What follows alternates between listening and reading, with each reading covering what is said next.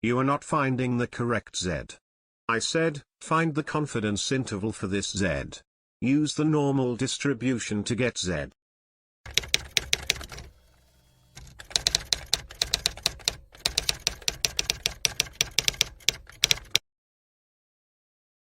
Are you tired of hearing about Z, but not understanding what it is? You are not alone. Watch this video. Let's dive into what Z is. Because unless you really know what it is, it will always mess you up. Let's take the following scenario to explain what Z is.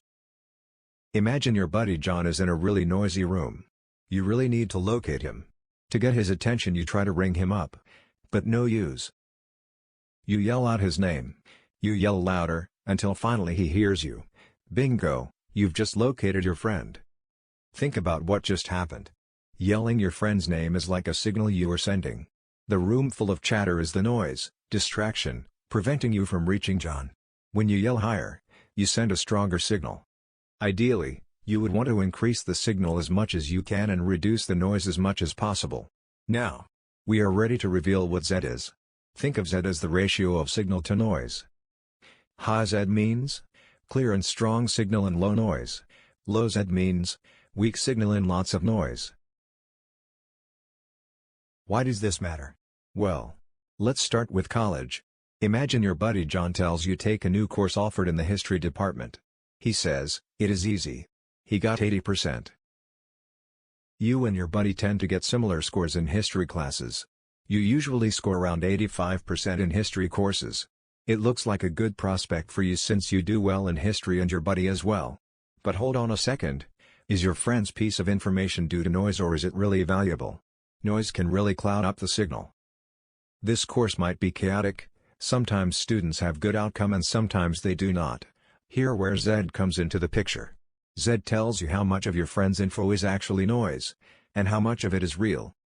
What if the class is highly variable, with students scoring all over the place? Not close to each other. That means low signal to noise ratio, low Z. If the class is nicely distributed, where almost all students are close to each other, and your buddy is elevated from the rest, this is a good signal with little noise. That's a high Z. Z can help you decide. Z is all about finding useful and truthful information. All you have to do is to collect more evidence, ask more people about the class. If the class turns out to be very noisy, lots of conflicting opinions, that is a low Z. If opinions are more or less the same, then this is a high Z, better choice. When it comes to Z, you are looking for a clear signal that cannot be mistaken by noise. Going back to the noisy room, remember how your friend John couldn't distinguish the noise in the room from your voice. Picture a different scenario. Imagine you didn't come. Your friend John was expecting you but he mistakenly thought he heard your voice. It was actually the chatter in the room. In this case, the noise would have misled him. This is the case when noise is mistaken by information. In your personal life, you are always looking for information. Not just any information, valid information that can help you make the right decisions. When you were young, your parents have made many decisions on your behalf. Which school to go to, what sports to put you in, which musical instrument to teach you, and so on.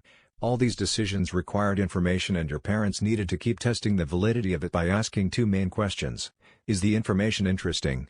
Is it real or is it due to noise? Once you're all grown up, you need to make many decisions of your own, which career to pursue, which skills to learn, which friends to befriend, etc. Again and again you look for interesting information and check the validity of it. Is it good information, or is it due to noise? Once you get to the workplace, Z is hiding everywhere. In financial investing, decision makers are looking for relevant information about an investment but once they find it, they need to investigate if it is real or is it due to noise. In marketing, a new product idea might excite everyone. But is the excitement due to a genuine market gap, or is it due to wishful thinking? In engineering, a new design might be impressive. But impression is one thing, applicability is another. Will people get much use of it or not? In medicine, a new medication might be promising but does it really improve prognosis of patients, or is the improvement due to other factors? Z tells you if your signal carries importance, and if that importance is real or noise. Z tells you, how above average are you? But more importantly it tells you, if that means anything at all. So next time someone asks you about Z, answer with confidence, Z is about two things. 1. How different is your information from the rest? 2. How does the rest look like? Is it uniform, everyone close to each other, or noisy, everyone is far apart? Thank you for watching.